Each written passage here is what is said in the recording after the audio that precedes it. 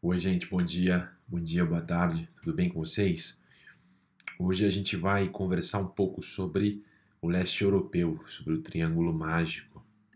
Ah, eu falo muito leste europeu, mas assim, né? Acho que geopoliticamente seria centro-Europa, mas eu chamo de leste europeu e acho que todos nós chamamos, mas enfim, só para deixar a ressalva aqui, tá? Essa apresentação ela fala muito sobre além do Triângulo Mágico, que a gente considera sempre como Viena e Budapeste. Normalmente quem vai para o leste europeu ah, faz Praga, Viena e Budapeste, e E é isso que a gente acaba propondo, às vezes. Alguma coisinha na Áustria talvez saia desse eixo, entra um Salzburgo ali meio envergonhado, mas a ideia é realmente a gente explorar como um todo, tá? Eu, antes da gente começar a falar, eu queria só passar para vocês uma recapitulação aqui do que a gente, da questão de operação nossa. Então, pontos vermelhos, escritórios da Abercrombie. Vamos trabalhar hoje República Tcheca, Áustria e Hungria, tá? Mas só para vocês terem uma ideia, mais ou menos, não temos escritório em nenhum desses três países. Eu quero deixar isso muito claro. Eu gosto de ser muito sincero em relação ao quais são os escritórios físicos, aonde tem, aonde não tem. Temos diretores regionais, tá? Que são parte do nosso staff, baseados remotamente.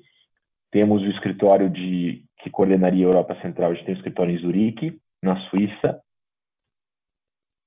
Propriamente ditos são os do Reino Unido, Espanha, Itália e Rússia, tá? Então, consequentemente, trabalhando com a gente para fazer essa parte que a gente vai conversar, a comunicação de vocês sempre vai ser diretamente com a Inglaterra, porque a Inglaterra acaba coordenando tudo na Europa. Bom, então vamos ao que interessa. Gente, queria só falar para vocês assim, essa apresentação ela é bem longa. Não quero assustar vocês, não saiam da sala, por favor, fiquem aqui comigo.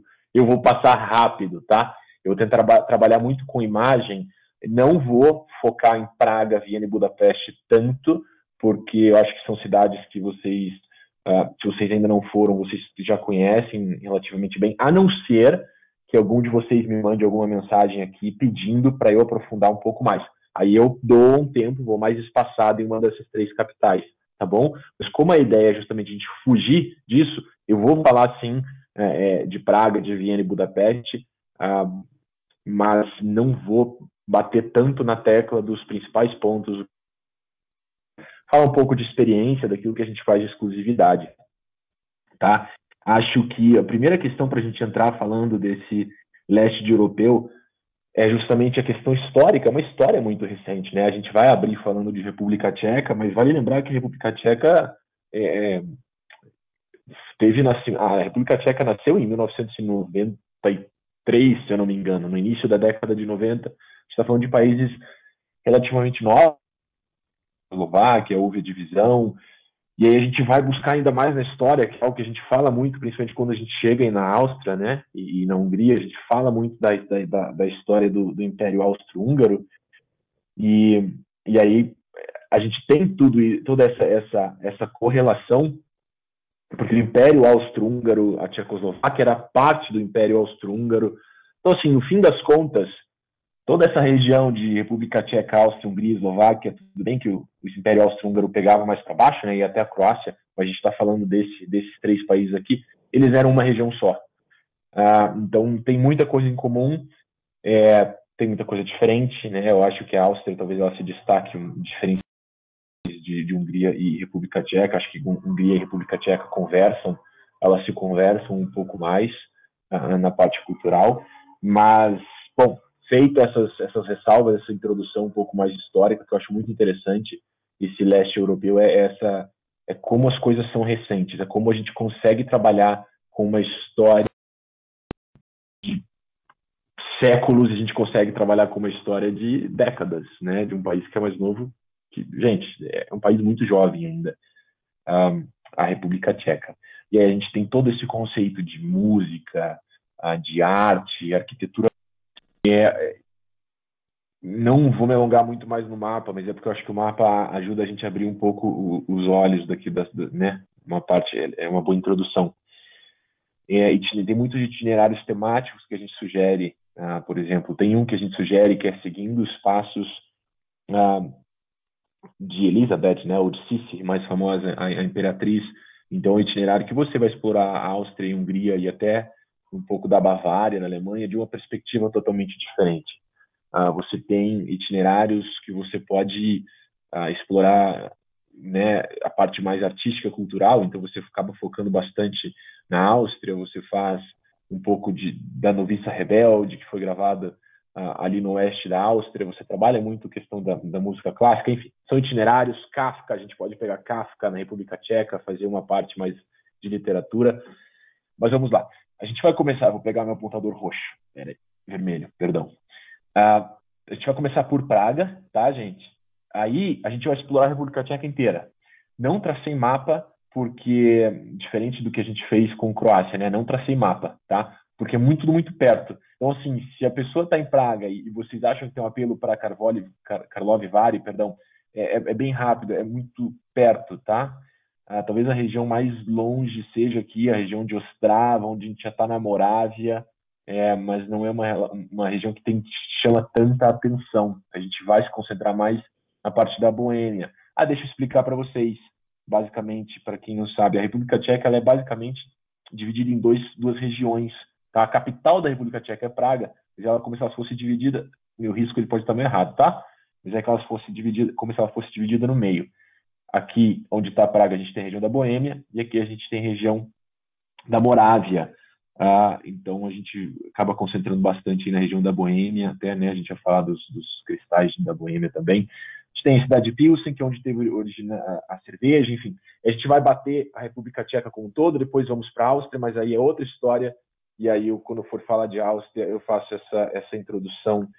Bom, então a gente vai começar falando um pouco de Praga. Existe uma semelhança, eu acho que existe uma semelhança entre Praga e Budapeste, tá? O próprio fato do rio cortado com as pontes que dividem a cidade em duas regiões, isso acaba sendo aí uma referência que você acaba traçando similaridades entre as duas cidades. Praga é uma cidade que ela vai trazer uma imensidão de atividades, de oportunidades históricas para visitar as catedrais, monumentos históricos como Strahov, história dos monges augustinianos. A gente tem, né, não vou sair de Praga ainda, prometo, mas a gente começa a explorar a República Tcheca como um todo, a gente acaba trazendo aí uma variedade muito grande de opções, seja de entretenimento, para entretenimento noturno, para clientes mais jovens também, lugar perfeito. Praga, o leste europeu, ele acaba sendo, né, muito visado para isso. Então a gente vai trabalhando com Praga dessa maneira. Eu gosto sempre de abrir com aquilo que eu acho que é a visão mais espetacular de Praga, que é do Castelo de Praga. Então a gente tem o distrito do Castelo, né? A gente tem vários bairros menores dentro da cidade de Praga, e a gente entra num dessas cidades, desses bairros, a gente chamaria de Malestrana, o Lesser Town, que seria talvez o distrito mais antigo de Praga, e a gente consegue, não é difícil você limitar essas regiões dentro de Praga, né? Mas a gente trazer uma ideia como se fosse a entrada nesse distrito através da ponte, né, Charles Bridge, né, da ponte de Carlos, que é tão famosa, e talvez, com certeza, a ponte mais famosa na cidade de Praga. Lessertown, que é a Malestrana que a gente está falando, né, essa cidade histórica e mais antiga, ela é conhecida como a pérola da arquitetura barroca. Então, como a gente começou no início, o leste europeu todo ele tem muita parte da arquitetura, muito forte, enfim, a arte, a gente vai chegar lá, né? Eu me perco, gente, porque é tanta coisa gostosa de falar de leste europeu. Então, a gente entra nessa da Lessertown, que seria, né, da cidade antiga. Eu estou tentando trazer algumas fotos aqui para vocês, para quem ainda não foi para Praga ter uma ideia do que é, né? Muito arquitetura essa parte da cidade de Praga. A gente tem um bairro muito importante, tem muitos clientes nossos judeus que vão para o leste europeu por conta da história, né?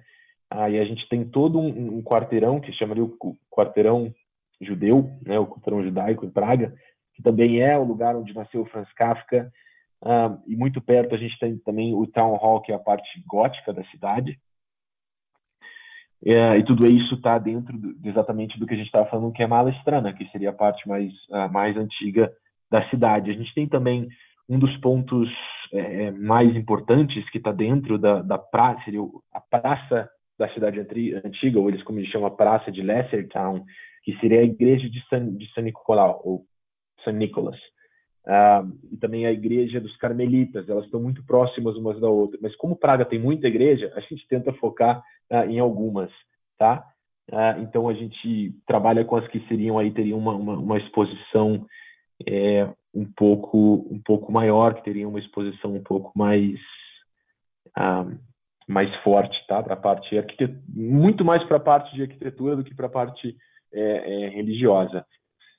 Talvez uma das maiores atrações de Praga, o castelo, para mim, eu sou apaixonado, né, pelo distrito do castelo, Hradčany, que a gente vai falar daqui a pouco, mas eu acho que o relógio astronômico de Praga é talvez um dos pontos mais visitados e mais intrigantes, né? Existe toda uma mística também, vocês sabem que eu gosto de falar muito dessa parte transcendente, as viagens, eu acho que muito da cultura, daquilo, mitos e lendas, isso traz uma concepção muito diferente do destino que a gente está visitando, isso abre nosso entendimento também, né, e nos permite, às vezes, ver a cidade com uma perspectiva totalmente diferente. Então, acho isso tudo muito válido. O relógio astronômico, famoso, né, como chamam horloge, ele está exatamente na parte está mais ao sul da cidade antiga, que a gente estava falando agora de Lessertown. E o relógio ele tem três componentes, tá? Três componentes principais. Deixa eu mostrar para vocês aqui. A gente tem o relógio, só para vocês terem ideia, início do século XIV. Início do século XIV foi quando o relógio astronômico começou a ser construído. Então a gente tem toda a parte astronômica, tá, do relógio, que vai representar muito o posicionamento do Sol e da Lua. Acho que vocês conseguem ver, né, o que representaria o posicionamento do Sol e da Lua ali mais na parte de baixo da foto. A gente tem estátuas dos santos católicos dos lados, né? E também, para quem já foi para Praga, sabe que de hora em hora tem o show, né? Que o relógio se abre, enfim, a gente tem o que eles chamam de a caminhada dos apóstolos, que aí a gente tem multidões nessa parte da praça que ficam ali para assistir. O interessante é a parte da lenda, né?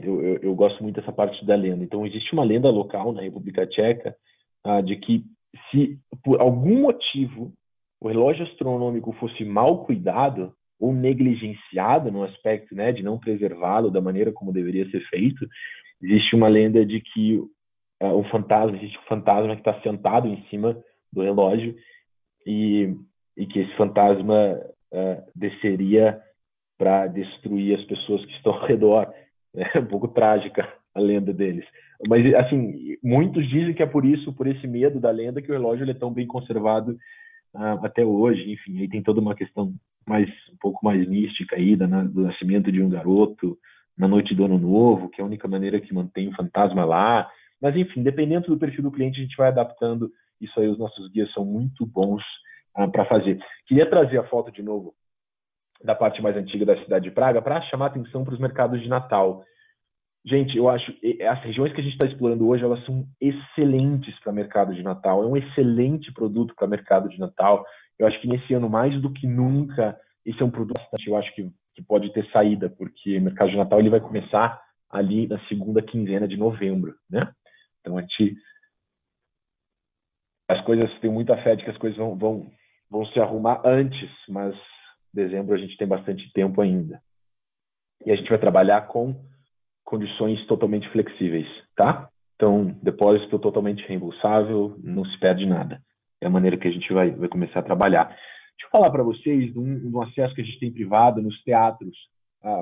Praga tem alguns teatros, né? Mas o teatro State Theater, que seria o principal teatro, a gente consegue fazer uma experiência privada super legal, que a gente abre o teatro só para os clientes, para que eles possam conhecer.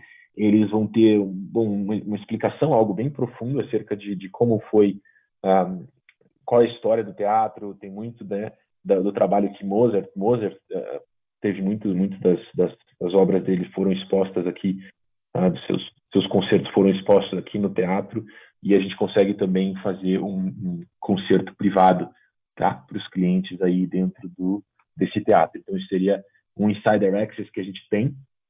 O outro Insider Access que a gente tem é no Lobkowitz Palace, que é um dos palácios que existe no complexo do Castelo de Praga, tá? Então, o Castelo de Praga é um complexo, não é somente o castelo. E aí, dentro do complexo do Castelo de Praga, a gente tem o Palácio de Lobkowitz.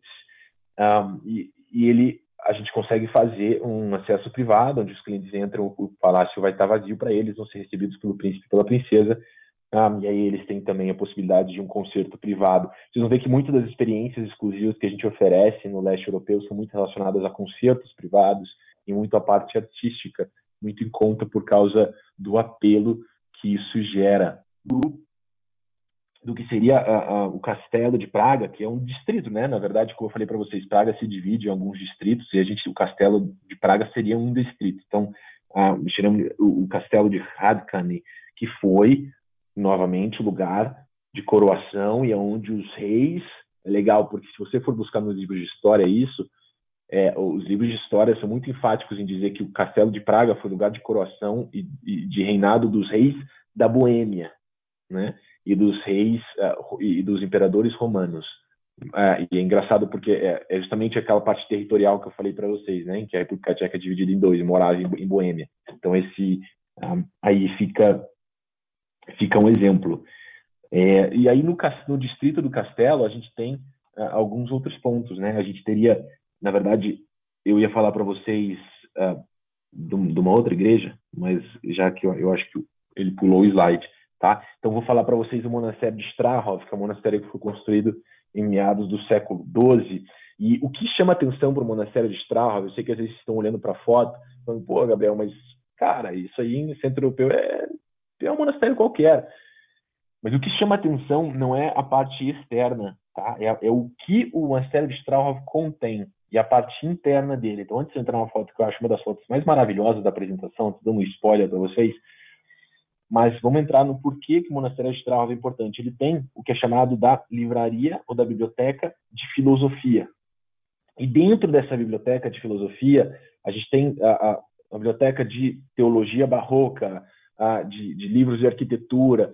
E dentro do monastério de Strahov, você tem, por exemplo, o Evangelho Strahov, né? Que é uma parte da Bíblia que tem mais de 1.200 anos e que ela está inteira, e a capa dela, para quem buscar foto, já viu foto, ela tem várias pedras preciosas, é toda ornamentada, e você tem alguns dos móveis, considerados os móveis mais bem elaborados do mundo e mais bem preservados. Mas o que chama atenção realmente é o interior, né, gente? É algo de, wow, breathtaking. Você olha para isso e você fica embasbacado. Eu não conseguia, você não tem reação, porque é uma beleza tão grande, é algo tão perfeito, sabe? Tão bem conservado.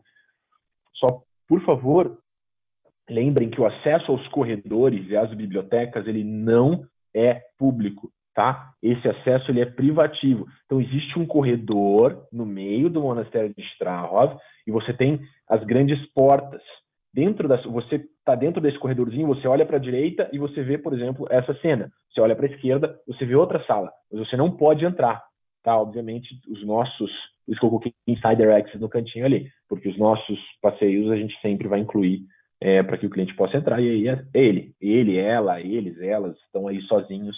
A gente, inclusive, já colocou, a gente teve um cliente que foi com a esposa, eles foram comemorar aniversário de casamento, e eles eram muito fascinados, né, por essa parte, e foram fazendo Leste Europa justamente pelo fascínio de arte que eles têm em música clássica. E aí a gente colocou um violinista, quando eles chegaram numa parte maior ainda, que tem tem um teto ainda mais amplo, mais alto, e aí o violinista estava esperando eles, o nosso guia tinha ali uma garrafa de champanhe, enfim, a gente conseguiu fazer algo bem especial. Nossa, gente, eu tenho muita coisa para falar para vocês. Eu vou acelerar um pouco, tá? Porque senão eu vou ficar 2 horas falando aqui, vocês nunca mais vão querer me escutar. Vamos lá. Outro Insider Access, outra questão bem legal, e aí eu vou fugir um pouco de Praga e trabalhar na questão da histórico-cultural da República Tcheca, que é a parte das cervejas. Então, principalmente no Brasil, né, muito da cerveja que a gente consumia hoje, talvez tenha uma opção muito maior, tenha muita mais opção, mas a cerveja é Pilsen. E a cerveja Pilsen, ela é muito famosa, e ela foi criada na República Tcheca, na cidade de Pilsen, na República Tcheca, certo? Por isso que a cidade tem, na verdade, por isso que a cerveja se chama Pilsen. A cidade já tinha o nome de Pilsen.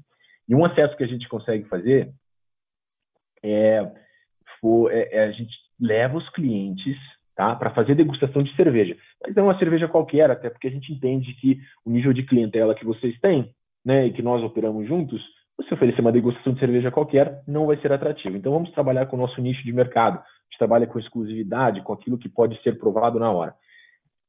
Existe ainda, e isso está na frente do monastério de Strahov, tá? Também. Essa aqui é a foto de uma taverna onde eles servem a cerveja que ainda é feita de acordo com a receita de Santo Agostinho, tá? Então você tem que passar por uma passagem subterrânea. Essa passagem você é guiado pelos monges, tem 5 monges que vivem nesse monastério ainda. Você é levado até essa caverna, onde você faz a degustação das cervejas que são feitas de acordo com a receita que Santo Agostinho deixou há séculos atrás. Então é uma cerveja que você tem que tomar na hora. Ela é feita na hora, você toma na hora. Você não pode comprar e levar ela, porque senão ela estraga. Tá? Então, assim, porque foi feita séculos atrás. Então a gente trabalha com uma inclusão de um Insider Access que ele vai levar o quê? 1 hora? Em 1 hora você consegue fazer isso. E o nível de exclusividade, até contextualização histórica dele é tremendo, né? Algo que não é ofertado sempre, enfim, todos os dias. Num primeiro momento, quando eu fiz a apresentação, eu ia colocar as galerias de Praga e fotos delas, né? Porque a gente tem a Galeria Nacional, o Palácio de Steinberg, então a gente tem um museu de artes decorativas, a gente tem museus que são só para parte dos tapetes, mas eu queria trabalhar com a parte da importância, porque eu sei que, em primeiro lugar, o que chama para a arte local é muito a exposição, a exponência internacional que você tem, né? Então, por exemplo, a Galeria Nacional, que a gente pode chamar como maior, maior galeria de artes de Praga, a gente vai trazer aí obras de Picasso, a gente vai trazer aí obras de Rembrandt, de Van Gogh, Klimt. Então, isso para dar aquele primeiro choque, né, no cliente. Olha o que tem nas galerias de arte de Praga. E aí a gente consegue trabalhar também para a pegada um pouco mais moderna, que a gente tem galerias de arte moderna em Praga também. Gente, algo cultural e algo que eu acho que vocês não sabiam, que é... eu não sei como falar esses bonecos de madeira, gente. Falar bonecos de madeira, tá? Realmente me desculpem. Então, marionete, né? Acho que é marionete. Então, assim, Praga foi uma cidade que foi colocada dentro da lista. Olha que incrível isso. A Unesco tem uma lista que são patrimônios culturais universais intangíveis, que são patrimônios culturais que o mundo inteiro tem que cuidar. E a cultura, justamente essa cultura das marionetes em Praga, na República Tcheca, ela foi incluída na lista da Unesco. Não só da República Tcheca, também da Eslováquia. Por que a Eslováquia? Vale lembrar, a gente falou no início, Tchecoslováquia, né? A República Tcheca e a Eslováquia eram um país só, há o quê? 37 anos atrás, 40 anos atrás, era um país só. Então, essa cultura, ela vinha dessa região, dos 2 países. E aí o que a gente consegue fazer, justamente para entrar nessa questão cultural, levar a família para ver um show particular para eles de marionetes e aprender como os tchecos ainda produzem, fazem, montam essas marionetes de acordo com as técnicas antigas. Qual é a parte cultural, histórica, de onde surgiu tudo isso? É algo que é sempre muito atrativo para as famílias. Tá? Eu adorei fazer isso e não fui com crianças. Vamos sair agora um pouquinho, a gente vai começar a sair um pouquinho de Praga, tá? Então vamos lá. Eu vou tentar passar rápido aqui, a gente foi meia hora do nosso webinar, eu não sei da República Tcheca ainda. Prometo que eu vou focar aqui, vou ser mais rápido. Vamos falar do Palácio de Troja. O Palácio de Troja foi construído no final do século XVII, tá? De novo, a gente está falando na Boêmia, a gente ainda está na Boêmia, a gente está na parte montanhosa do rio Vltava. O rio Vltava é o rio que corta a cidade de Praga, vamos lembrar, aquele rio bonito que corta a cidade de Praga, se chama rio Vltava, e o Palácio de Troja está na parte, justamente na parte alta dele, tá? Vale muito a pena conhecer, porque ele tem muito um aspecto de uma vila italiana, então você lembra de Toscana, das vilas da Itália, você vai ter uma pegada a isso, e com uns jardins que são franceses, né? Eles têm um aspecto muito francês. Então a gente tem essa mescla e esse palácio acaba sendo legal também, bastante interessante para se visitar. Gente, obviamente que o Palácio Troja não vai ser incluído para um cliente que tem 10 dias para fazer os 3 países, tá? Eu estou dando opções para vocês justamente para a gente fugir daquilo que é sempre o tradicional, daquilo que é sempre oferecido.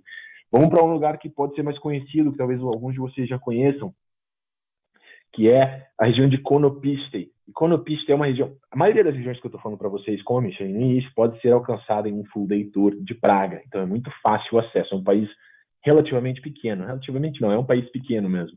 Dá para a gente fazer esse statement. Qual que é a principal razão pela qual as pessoas vão para Konopiste? Além de ser um vilarejo local muito pitoresco, muito lindo, é pelo castelo. É um castelo muito imponente, e ele está aí localizado no meio do vale. Então você tem... Aí sim a gente começa a ter verde, Sérgio. Agora a gente começa a ver todo o verde da República Tcheca, ele está fora de Praga. E aí a gente começa a ver o castelo de Konopiste aí no meio desse vale, dessa imensidão de árvores. A gente tem, né, mais... Bom, gente, eu vou parar de falar de experiência, deixa eu focar aqui no que eu preciso apresentar para vocês, senão vocês não saem da internet comigo hoje aqui. Vamos falar de outra região que é muito bacana, que tem um apelo bem legal também, que é a região de Kutná Hora. Kutná Hora também é uma região que pode ser alcançada desde Praga, tá? Por que Kutná Hora nasceu? Kutná Hora nasceu por causa dos depósitos de prata que começaram a ser feitos na região entre o século XII e XIII. E aí a cidade se tornou muito rica, a cidade construiu seu castelo, e aí na época do século XIV tinha o seu rei, que aí comandava, né, toda a região a partir dali. E aí a gente tem né, um lugar que é muito famoso em Kutná Hora também, é a igreja de Santa Bárbara, tá? Que é uma igreja, perdão, é uma igreja que tem uma arquitetura gótica, vai chamar mais para a parte gótica, e dentro dela você tem um ossuário, a gente pode chamar também da Igreja dos Ossos, tá? Que é uma pequena igreja que é decorada com ossos de mais de 45 mil pessoas. Assim, é uma opção um pouco mais extravagante, mas sabemos que tem clientes que gostariam. Agora a gente chega para o que eu considero que vai ser a grande surpresa de vocês, que a gente chama de o Paraíso da Boêmia. O Paraíso da Boêmia é uma região... que se vocês quiserem o nome, eu até anotei aqui, ó. Anotei aqui, eu não tenho colinha, mas eu anotei o nome desse porque eu não sei falar. O nome da Paraíso da Boêmia se chamaria Český Hrad, que é uma área de formações rochosas que são incomuns e que aí a gente tem um apelo da natureza mesmo. Então, clientes que tenham interesse em fazer hiking, ter uma viagem mais de contemplação, enfim, a gente acaba sugerindo aí caminhadas pelo Paraíso Boêmio, para que eles possam conhecer, tá? Mostrando para vocês algumas passagens aqui. Eu tenho umas passagens aqui que eu acho que eu não passaria, eu acho que eu ficaria entalado ali, a gente passa de ladinho.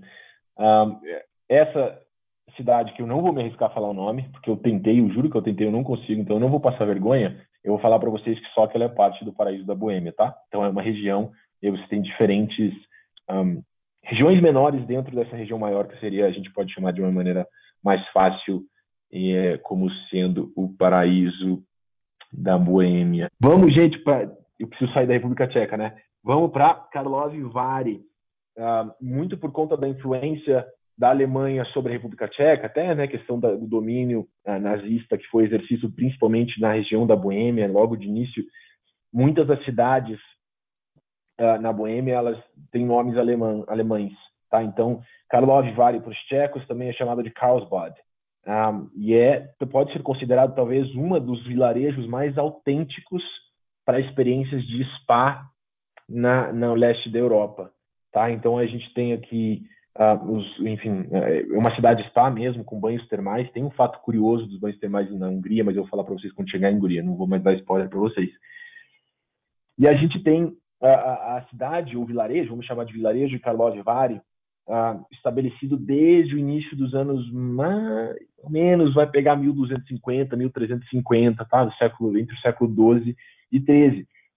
E muito da elite europeia, de toda a Europa, vinha até Karlovy Vary para passar o seu tempo de spa, para realmente ter o seu tempo de verão, inverno, enfim, de relaxamento. E aí, entre as pessoas, a gente teria Pedro o Grande, Beethoven, Goethe, são pessoas que vinham aqui para passar o seu tempo de férias. E a gente consegue traçar também um contexto mais cultural. A gente continua mostrando Karlovy Vary porque, além de ser uma residência spa, ela também tem um apelo muito lindo na questão da arquitetura mesmo, né? Do quão bem preservada é a cidade. A gente tem a igreja barroca de Santa Maria Madalena, que também que é uma igreja medieval, uma arquitetura barroca muito linda. Enfim, é uma cidade, é um must-see, tá? E Karlovy Vary, antes de eu falar do Inside Access, full day, gente. Se vocês vão tirar o cliente de Praga para ir para Karlovy Vary, eu recomendo que deixe o dia inteiro lá, tá? Pode passar pela parte antiga, ir na igreja, pode ter experiência do spa também, enfim, é algo bem legal. Aqui a gente está falando de Boêmia, vamos só falar um pouco aqui, a gente entra numa outra vertente da viagem de luxo, né? Que são as experiências exclusivas relacionadas ao luxo mesmo, esse luxo de poder ter aquisição a produtos que são exclusivos.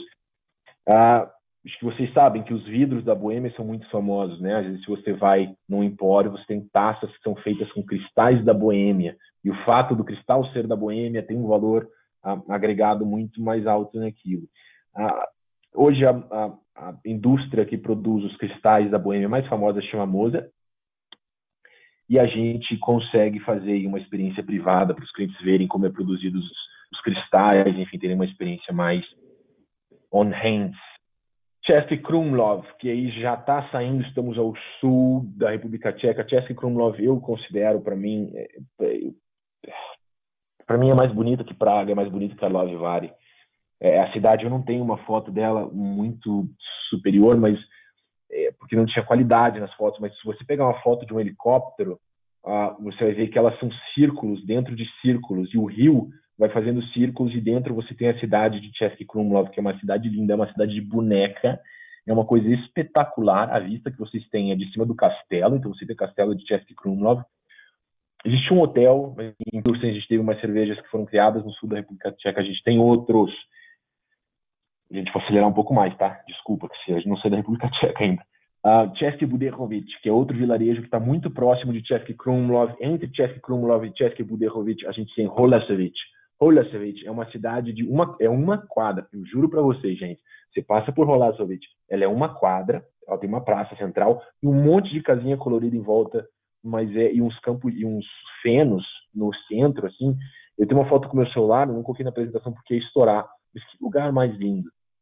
E aí você combina com Český Budějovice também, que aí já é uma cidade um pouco maior, tem a praça, tem suas igrejas, e tem um apelo muito grande com o mercado de Natal, que eu falei para vocês que eu ia bater bastante nessa tecla. Vamos para Morávia agora, porque eu quero mostrar para vocês um pouco da Morávia. Quase tudo que a gente falou é da Boêmia. Lembra que eu dividi o mapa em Boêmia para vocês? Eu vou falar algumas cidades, mas a cidade em si ela não tem uma importância muito grande, é só porque elas seriam vilarejos a serem visitados em um passeio pela Morávia, que é mais para vocês entenderem.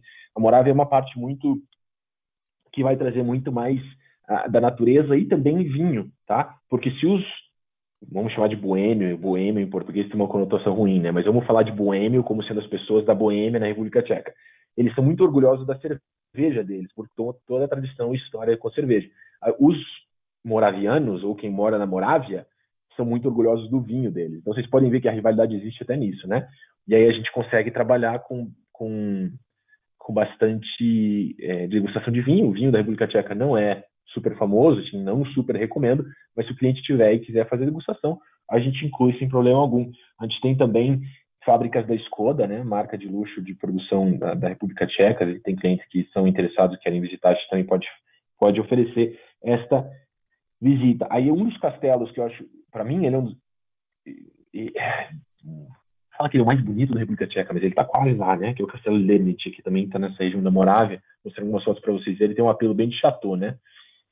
no estilo Loa Valley aqui que a gente vai vendo. Buzov seria outra cidade que a gente pode ver. Então, esses vilarejos da Morávia, vocês podem ver no fundo da imagem que são vales, né, e montanhas. E você tem castelos, vilarejos em volta de castelos. Enfim, é a República Tcheca. Lembra muito a Alemanha, tá? Em algumas partes. Campos de lavanda, que são muito famosos na Morávia também. E aí, toda a Morávia tem dezenas e dezenas e dezenas de monumentos protegidos pela Unesco. Gente, eu vou ter que passar correndo, senão vocês vão brigar comigo. A Telk é uma cidade que foi reconstruída completamente, ela foi totalmente queimada depois de 1600 e reconstruíram, e ela é considerada uma das praças centrais mais lindas em toda a Europa. Tá? Esse é um pedaço da praça central de Telk. E aí você tem o castelo de Telk também. Vamos lá, saímos.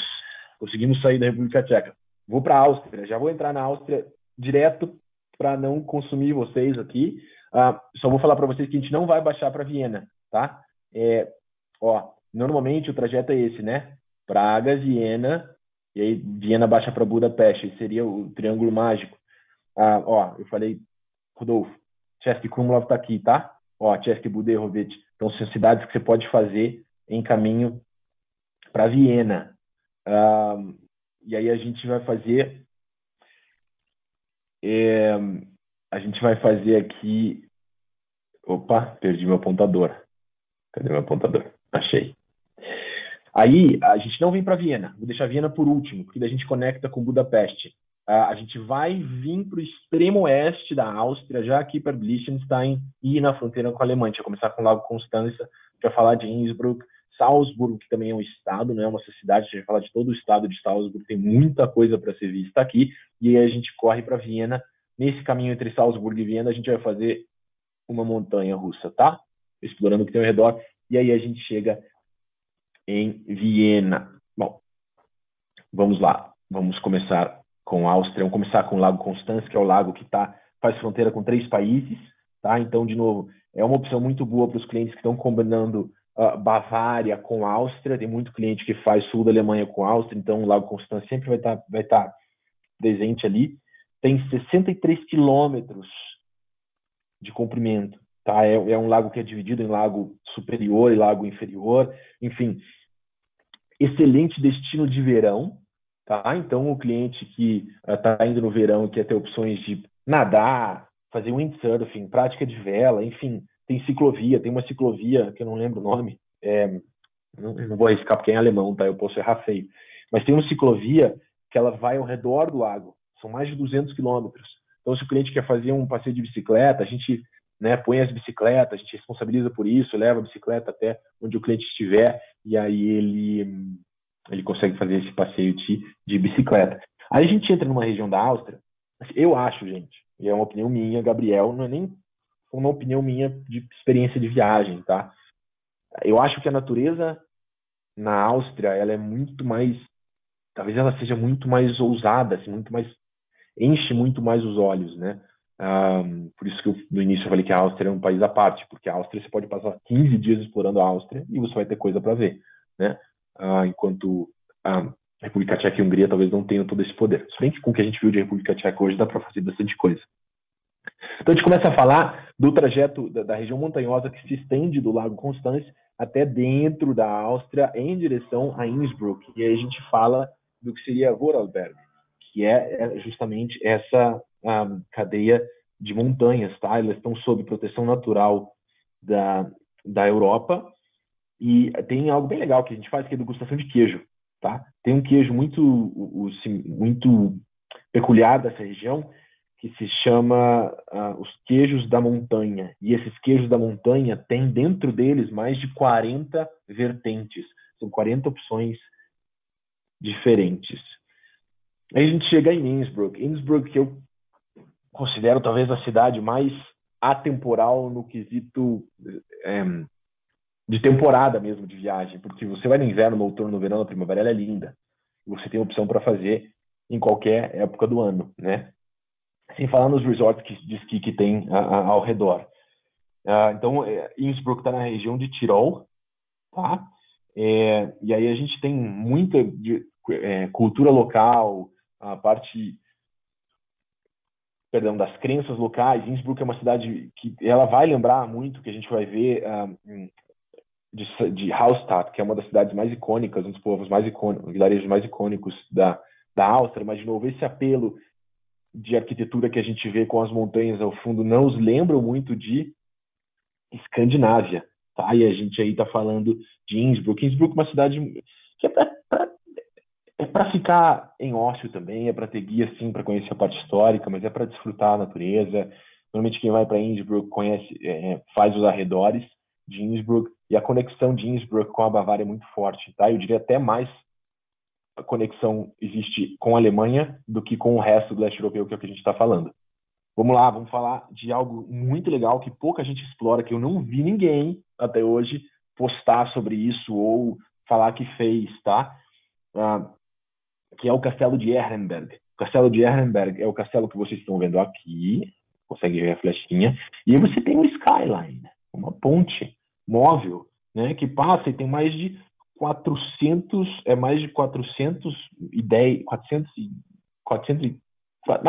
metros, gente, de comprimento, tá? Então, se você estiver no meio dela e quiser voltar, eu lamento, porque você vai estar tem 200 metros para voltar, 200 metros para chegar no final dela. Ela está mais de 120 metros de altura, tá? Embaixo você tem aí um vale e o rio. Acho que essa foto aqui ainda é mais linda. E, de novo, chama muita atenção, né? A Alemanha tem situações parecidas, assim, não com uma ponte tão grande assim, mas é muito parecido.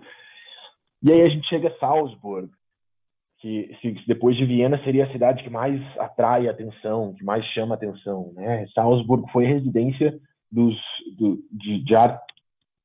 de príncipes, foi um centro, Salzburg até certo ponto pode ter se considerado um centro de espiritualidade para o cristianismo. A gente tem uma das igrejas mais importantes, né, para toda essa história do cristianismo na Europa, que é a igreja beneditina de São Pedro, tá? Que a gente vê no meio da foto. E aí a gente chega também, perdão, gente, acho que a última foto, alguma coisa saiu do lugar ali, então pode ser rápido por ela, tá? E aí a gente chega até um castelo medieval que está localizado nas montanhas, também no estado de Salzburg, porque vai lembrar que Salzburg não é só a cidade, tá? Mas está uns 40 minutos ao sul da cidade de Salzburg, Hohenwerfen. E o forte de Hohenwerfen é considerado pelos austríacos como um dos lugares mais espetaculares em toda a Áustria. E aí você tem mais opções, tá, gente? Tem o castelo de Hellbrunn, que você pode conhecer também. Tem o vilarejo de St. Gilgen, que está localizado também muito próximo de Salzburg. E esse lago que vocês estão vendo é o Lago Wolfgangsee. E aí você tem o vilarejo de St. Gilgen e você tem a montanha de Zoverhorn, que é essa montanha aí, você pode subir ela, enfim, tá vendo aqui, né? A pessoa pulando fazendo um sailing aqui de cima da montanha, e você tem toda a multidão de lagos e montanhas e o vilarejo de St. Gilgen embaixo. E aí do outro lado da montanha de Zoverhorn, a gente tem a cidade de Fürth, que também pode ser conhecida. Então a gente faz um combo, amarra os dois, de novo, pode ser feito num full day, desde Salzburgo, ou se alguém está se movendo de Innsbruck a Salzburg, de Salzburg a Innsbruck. Essa acho que é uma das fotos talvez mais famosas, né, do que a gente poderia chamar do interior da Áustria, que é o vilarejo de Hallstatt. É muito famoso pelo apelo, pela posição dramática que ela se encontra. Toda a rota, né, ela é cênica, então toda a rota, se você for por cruzeiro de rio, que é muito famoso, né, os river cruises no leste da Europa, ou se você for por terra, toda a rota ela é muito linda. O apelo histórico de Hallstatt vem muito por conta das pessoas considerarem Hallstatt como sendo uma das comunidades mais antigas na Europa Central. Foram encontrados nos arredores do vilarejo de Hallstatt, gente, foi encontrado tumbas de homens pré-históricos. E aí eles até criaram um museu pré-histórico. Sim, isso é algo que você conta para alguém e é difícil a pessoa acreditar, né? Porque normalmente você fala de Áustria, você pensa em coisas mais elaboradas, enfim, música clássica, e você vai trabalhar com pré-história e tumbas e museu de pré-história. A gente tem também as minas de sal, muito similares, tem minas de sal, as famosas minas de sal na Polônia, mas a gente tem minas de sal na Áustria também, tá? O sal tem sido minerado aqui na cidade de Hallstatt já há cerca de 3.000 anos, e as minas de sal de Hallstatt são conhecidas como as minas de sal mais antigas do mundo, tá? Então, assim, quiser visitar as minas de sal, acho que o mais legal é pegar o cable car para subir até as minas e as vistas que você tem de lá. Eu me interesso muito mais pela vista do que pelo processo da extração do sal mesmo. Gente, vamos lá. A gente agora vai falar, a gente continua falando de toda essa região montanhosa, né, de Innsbruck, Salzburg, em direção a Viena. Então a gente está aqui ainda, a fronteira com a Alemanha é muito longa, então a gente ainda está na fronteira com a Alemanha, no Vale de Königssee, e aí a gente também tem aqui em uma cidade, pode chamar uma cidade montanhosa de Berchtesgaden, que tem também minas de sal que também são tão antigas, não chegam a ser tão antigas como de Hallstatt, mas também você tem esse apelo também, enfim, histórico, cultural. E aí eu trago fotos para vocês verem a maravilha que é, na verdade, isso é um parque nacional, tá? Então vocês conseguem ver aí toda a parte dos lagos, montanhas que a gente traz. Falo de Wattens só porque a gente tá entre Salzburg e Tirol, a gente está entre aquelas duas regiões, tá? Mas só porque, enfim, me chamou muita atenção essa obra de arte, mas Wattens é onde nasceu a fábrica de cristais Swarovski.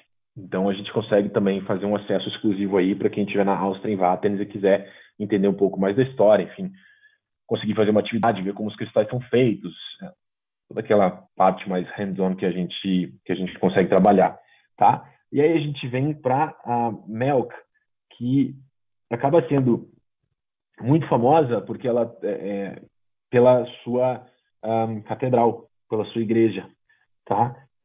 Então, assim, são quase 400 metros de comprimento, e a gente tem ela situada no topo de uma montanha, e as vistas que você tem para o Rio Danúbio, que de verdade são encantadoras. Acho que essa foto está melhor para mostrar Melk para vocês. Queria mostrar o interior também, que é fascinante, o interior da Hebe de Melk. Eu acho que quando vocês veem a parte interna, agora vocês entendem o porquê, né? As pessoas vão até Melk só para ver a igreja. Não é muito pela cidade, mas pela igreja. E aí a gente entra aqui no que seria o mundo,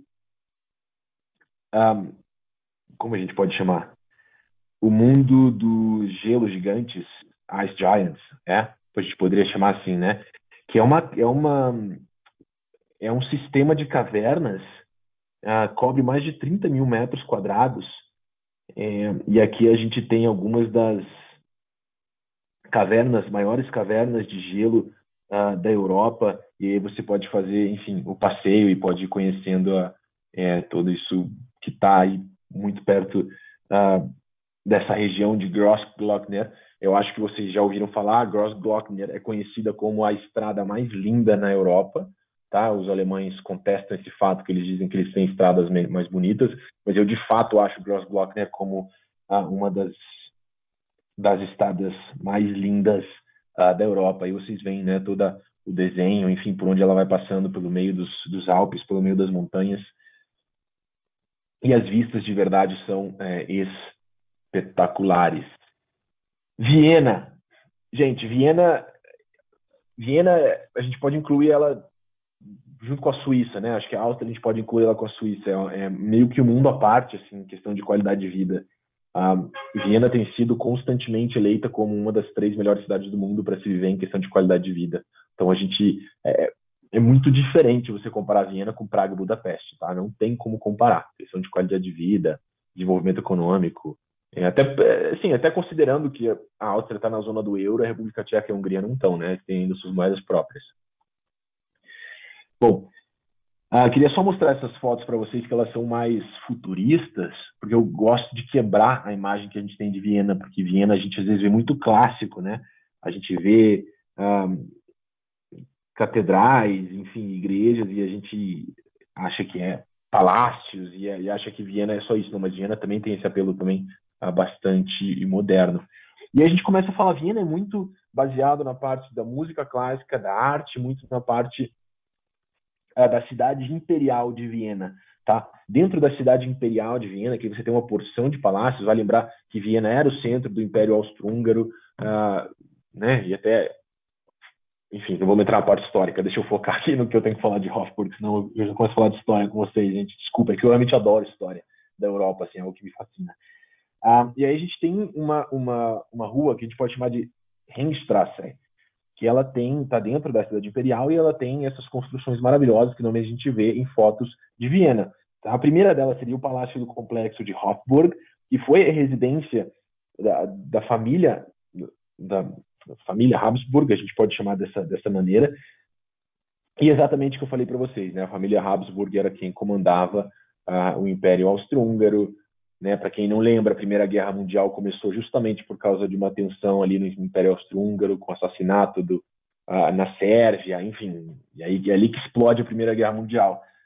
E o trono deles era exatamente aqui em Palácio de Hofburg. E aí a gente vai trabalhar bastante também muito das catedrais. A gente tem a Catedral de St. Stephen, que está dentro da cidade antiga de Viena também, tá? Uma catedral que aí vocês veem que já tem um apelo gótico, origem em meados do século XII, ela foi destruída, depois ela foi reconstruída, foi também destruída na Segunda Guerra Mundial, reconstruíram ela de novo, e acaba aí sendo uma das, assim como Karlskirche também, né? Aí a gente começa a trabalhar um pouco com as igrejas.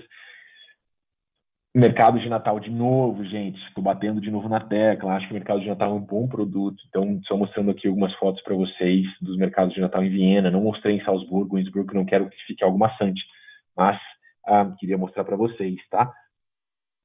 State Opera, o Staatsoper de Viena, também muito famoso, né? Pela importância que tem dentro do contexto da música clássica.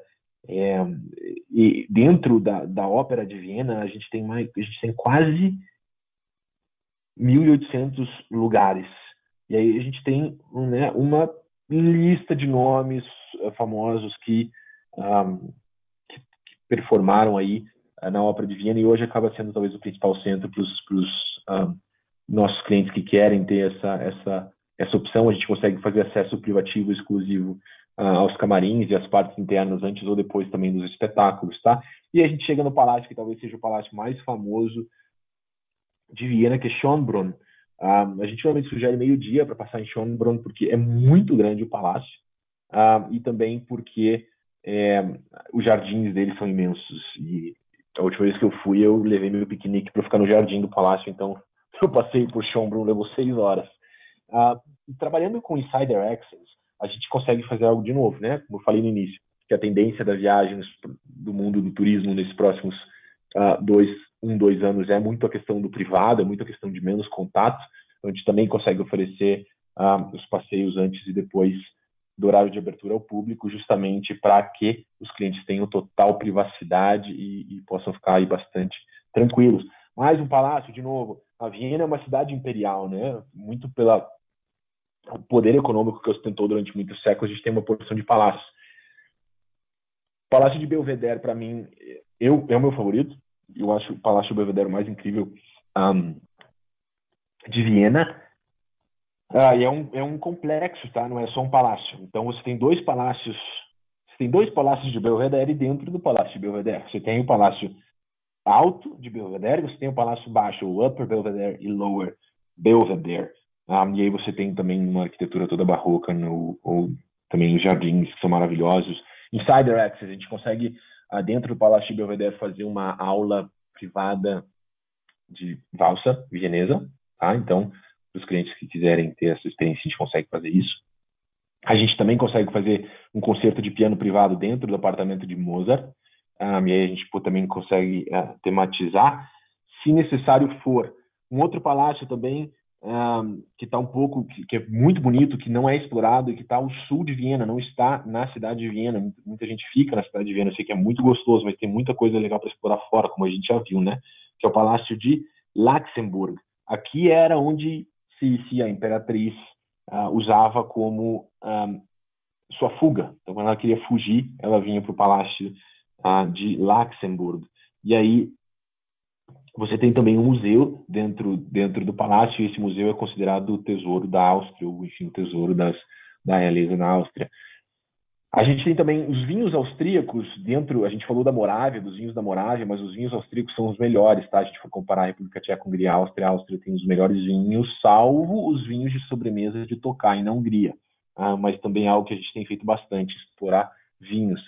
Gente, essas atividades na praça, né? Você não precisa, às vezes, nem exercer a compra de alguma atividade. Você tem também o Museu das Miniaturas, você tem o Parque das Miniaturas, né? Viena. Você tem a Spanish Riding School, que é a escola de equitação, uma das escolas de equitações, talvez a escola de equitação mais famosa do mundo, que fica em Viena. A gente consegue fazer um acesso privativo também, enfim. Isso tudo a gente vai adaptando, tá? Vamos entrar na Hungria. Vamos lá, gente. Vamos entrar na Hungria. Vou tentar não falar de coisa que não está no slide. A gente vai deixar Budapeste por último de novo. Bom? Eu quero acabar com Budapeste. Mas aí queria só mostrar para vocês, a gente vai vir para Szeged, falar um pouco de Szeged, falar de Pécs, a gente vai falar do Lago Balaton, que é esse fecho azul que vocês estão vendo aqui, tá? Vamos falar de Eger, de Tokaj, região dos vinhos, umas coisinhas mais, e aí a gente vai para Budapeste. Gente, deixa eu só falar para vocês uma coisa. Em primeiro lugar, assim, a gente vai começar a oferecer locação de carro, tá? A gente não oferecia antes, mas que a gente imagina que a gente vai ter que se reinventar, a gente vai oferecer locação de carro, carros de luxo, enfim, como no perfil que a gente trabalha. Mas um serviço muito legal, que é legal de usar, é o de trem, tá? Bem legal viajar de trem nesse triângulo aqui. E aí a gente tem também o serviço de concierge rail, enfim, tem maleteiro incluso, o pessoal não precisa se preocupar com as malas. Vocês já conhecem, então vamos entrar aqui. Vamos começar a falar vamos começar a falar de Hungria, já vamos direto para Tokaj, que é onde tem coisa boa, que é onde tem vinho de sobremesa. Os vinhos de Tokaj também tem vinho em Eger, tá? Eger e Tokaj estão muito próximas uma das outras. E aí, assim, Tokaj é um vilarejo lindo, é um vilarejo maravilhoso. Você tem o rio Tisa, que corta a cidade de Tokaj, então pode caminhar pela igreja romana barroca, e aí você vai visitar, obviamente, a razão pela qual as pessoas vão para Tokaj não é para visitar a igreja romana nem para ver o vilarejo, é para provar vinho, né? Porque os vinhos de Tokaj são famosos. Mas aí a gente também tem Eger. Eger está muito próximo de Tokaj, então você pode fazer uma combinação. Deixa eu voltar para Tokaj e falar para vocês. Sim, existe um hotel muito bom em Tokaj, se chama Andrassy Residência Spa, um hotel 5 estrelas. Esse hotel, sim, eu recomendo, tá? Não é como o de Chesky Krumlov. Esse hotel eu recomendo muito para vocês, tá bom? Depois eu mando isso tudo para vocês escrito, porque esse Andrassy tem S, Z, W, Y, é bem difícil de escrever o nome. E Eger é uma cidade que foi dominada pelos turcos por muito tempo. Foi um centro de dominação turca e de expansão do islamismo, então você consegue ver essa mescla também em Eger. E aí a gente segue viagem e vai até uma região chamada Lillafjord, que está localizada nas montanhas de Buk, que é uma região. As montanhas de Buk são uma região muito famosa de spa na Hungria, assim como Karlovy Vary é uma região de spa muito famosa na República Tcheca, tá? E aí dentro das montanhas de Buk você tem cavernas. E aí vale muito a pena ver essas cavernas. Enfim, você tem aí várias possibilidades diferentes para explorar as cavernas de Lillafjord, que está aí na Hungria, e pouca gente sabe. A gente vai falar do Lago Balaton, que esse já é um pouco mais famosinho, é considerado um dos maiores lagos na Europa Central, tá? No Lago Balaton a gente vai ter aí uma porção de opções de outdoor, opções de atividade, onde as pessoas podem fazer o seu passeio, bicicleta, cavalo, andar na canoa, enfim, como quiserem, né? Como quiserem fazer. Muitas vezes no caminho que a gente faz de Budapeste para o Lago Balaton, ida e volta, a gente para em alguns vilarejos no local. Tem o vilarejo de Veszprém, que foi considerado a cidade das rainhas da Hungria. E aí você tem o castelo, você tem o Portão dos Heróis. Então, assim, tem muitos vilarejos que fazem com que o full day, desde Budapeste até o Lago Balaton, seja muito eficiente e bastante diferente. Os húngaros chamam o Balaton como de mar húngaro, porque realmente você não consegue ver o fim, tá? Eu estou mostrando aqui para vocês, para vocês terem uma ideia aí do que é toda essa região do Lago Balaton. Tem um combo de cidade que é muito importante vocês saberem, porque normalmente é muito oferecido, mas tem que ter um porquê os clientes vão para lá, que é Godolo e Rocorlo. Tá? Eles estão na grande planície húngara, também é um full day que se sugere desde Budapeste, ou talvez na transição de Viena para Budapeste.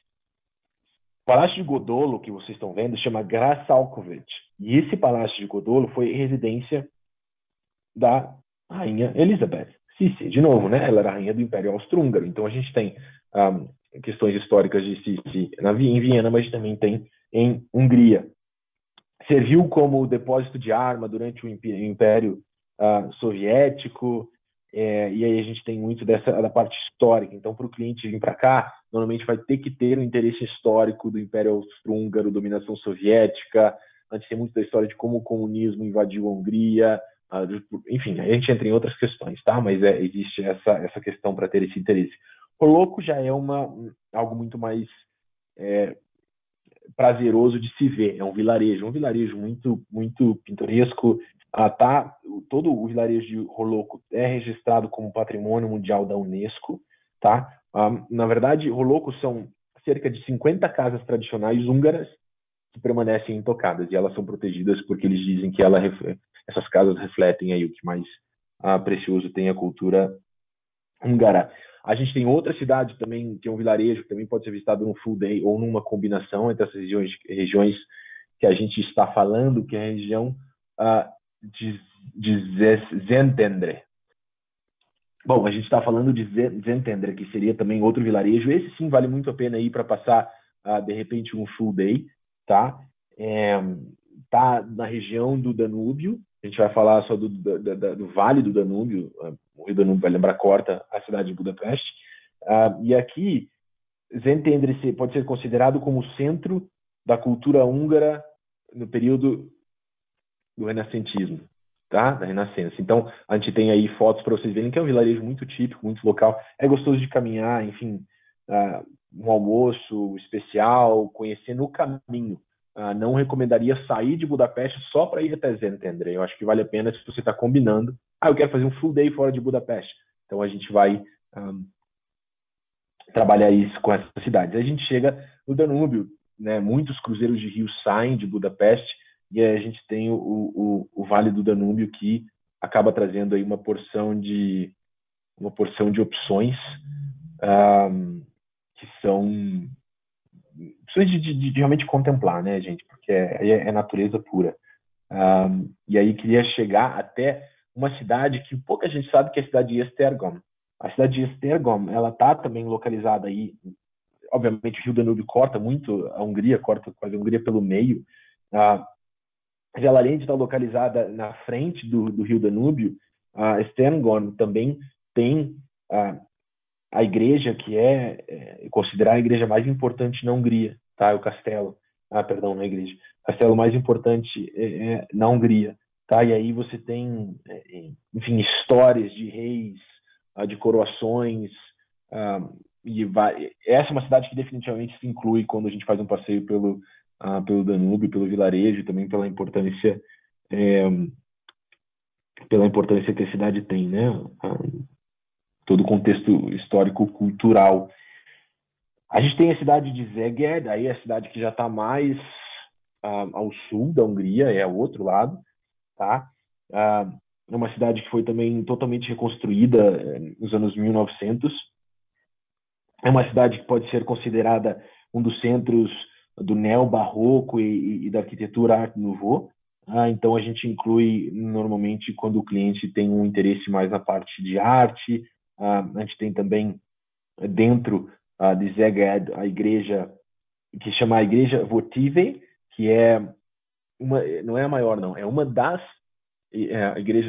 maiores igrejas da Hungria, aqui que vocês estão vendo, Szeged. E aí a gente chega a Budapeste, nosso destino final.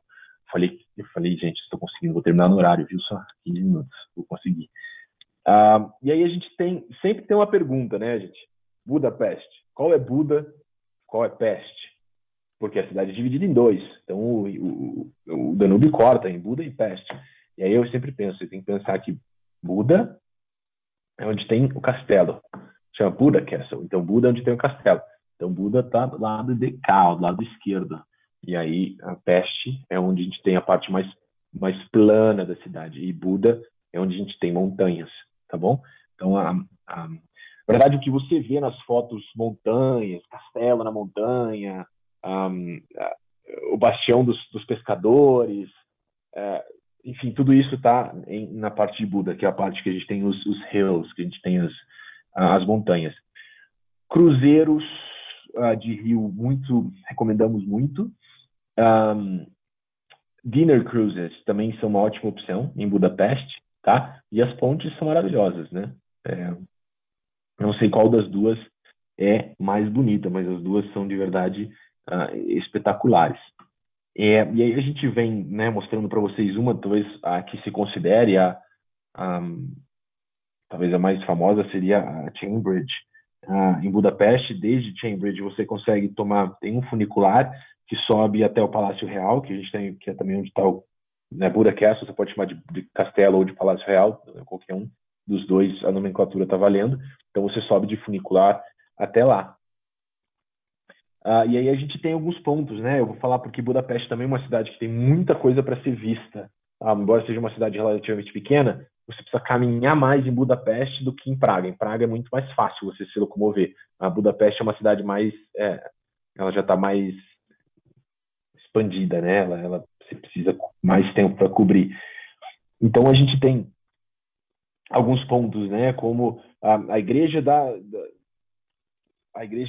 Ascensão, que a gente é mais conhecida como a Igreja de Matias, que é a que vocês estão vendo, aqui. Também é uma das igrejas mais importantes de Budapeste, foi construída no início do século X. A gente tem outro ponto muito famoso, que já está muito próximo da sinagoga, né? A sinagoga que tem em Budapeste é a maior sinagoga da Europa, e também tem um museu da história do judaísmo também está dentro da sinagoga, que é a maior da Europa. Então, a Hungria e a República Tcheca, principalmente a Hungria, eles são destinos muito fortes para os clientes que querem, talvez, entender um pouco dessa história da inserção do judaísmo na Europa, tá? E aí, logo à frente da sinagoga, a gente tem a Praça dos Heróis, né? E a gente tem um círculo, eu peguei só uma parte, mas é um círculo lindo, e aí você tem aí monumentos, estátuas que fazem menção à parte militar. Gente, eu acho que essa foto vocês vão reconhecer por duas coisas. Tem duas coisas bem importantes nessa foto. A foto tem duas coisas muito importantes, não sei se vocês conseguem me dizer quais são.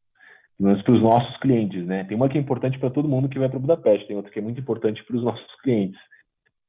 Bom, vamos começar pela mais importante, que é a igreja de St. Stephen's, que vocês estão vendo aqui, tá? Uma igreja neoclássica, ela foi finalmente terminada no século XIX, e a gente tem ela também, ela está soberana, em frente a uma praça, uns cafés muito gostosos na frente, e ela é irmã da igreja que fica localizada na cidade de Esztergom, que eu falei para vocês agora há pouco, né? Que está também no Danube Band, se vocês lembram. Sabe o que mais que tem aqui que é importante? O Four Seasons. Isso aqui é o Four Seasons. Estão vendo a flechinha? Aqui é o Four Seasons, Gresham Palace, de Budapeste. Acho que não posso dizer se é o melhor hotel ou não, mas é um dos melhores, tá? De Budapeste. Ele está aqui, ó. Então, se você vira, aqui atrás tem outro também, que é 4 estrelas no hotel, que é o Continental, se eu não me engano. Mas se vocês viram aqui, ó, vocês saem na igreja de St. Stephen, e se vocês vierem para cá, você tem aqueles monumentos, lembram, gente, que são os calçados que foram feitos em homenagem aos judeus que foram levados durante o período do domínio nazista. Também está aqui, está tudo muito perto, tá? Então, isso para vocês terem uma ideia. Aí uma foto só da igreja de St. Stephen, e de novo o mercado de Natal. Tem uma árvore de Natal ali, né, gente, para vocês verem o mercado de Natal de novo. E aí a gente chega no que é o ponto mais alto de Budapeste, que é o parlamento, talvez um dos maiores exemplos do renascimento da arquitetura gótica, aclamado no mundo inteiro. O parlamento, ele se faz tão lindo, principalmente por causa da iluminação, né? Porque a iluminação, o segredo dele é a iluminação. Porque durante o dia, se você olhar para ele, não tem esse apelo que tem à noite. Porque à noite o jogo de luzes que eles fizeram é perfeito. E aí a gente sugere aqui uma visita privativa às joias da coroa. E aí, junto, a gente também faz uma visita ao Opera House de Budapeste, que está aqui próximo ao parlamento, tá? Insider Access é a visita em privado, a gente consegue privatizar a visita às joias da coroa. Opera House a gente consegue fazer uma visita privativa também. Então, tudo isso está incluso. Lembra que eu falei para vocês que Buda é onde a gente pode chamar de cidade montanhosa, é Buda, é onde está o castelo. Então, aqui a gente tem Buda. E aí, do outro lado, a gente tem Peste, onde está o parlamento. O castelo de Buda foi inicialmente construído entre o século XI e XII. É um palácio barroco, né? Ele tem jardins, ele tem vários... É um complexo, na verdade. Você tem várias construções dentro do castelo. E aí, o funicular que eu falei para vocês que sobe, ele sobe aí para o castelo de Buda. Ele está aqui próximo. Não sei se eu consigo ver aqui na foto. Acho que não vai dar para ver. Mas esse seria o castelo de Buda, de novo, né? Uma visão para vocês verem. E aí, terminando, gente, só deixar uma dica para vocês. A gente tem muito famoso os bares de ruína, né, em Budapeste. Mas assim, se você vai no horário de pico, é muito complicado para você levar os nossos clientes, principalmente esse caráter de visita privativa. Então, a gente consegue colocar uma visita aí durante o período de dia para eles conhecerem. Seria um pouco mais trendy, aí, um pouco mais inovador para quebrar um pouco dessa faceta que o leste europeu traz de muito classicismo. Acabei, gente. Vocês acharam que não ia acabar nunca? Eu acabei. Conseguimos. Foi um pouco mais longo do que o previsto, porque eu me empolgo muito falando de leste europeu. E são 3 países, né? A gente não cobriu tudo que a gente poderia cobrir. Mas eu realmente, assim, do fundo do meu coração, espero que tenha ajudado, que tenha aberto aí um pouco o horizonte, que vocês consigam ter entendido um pouco melhor de tudo que tem para ser oferecido. Acho que tem muito para a gente poder trabalhar junto aí com essa parte do leste europeu, tá, gente?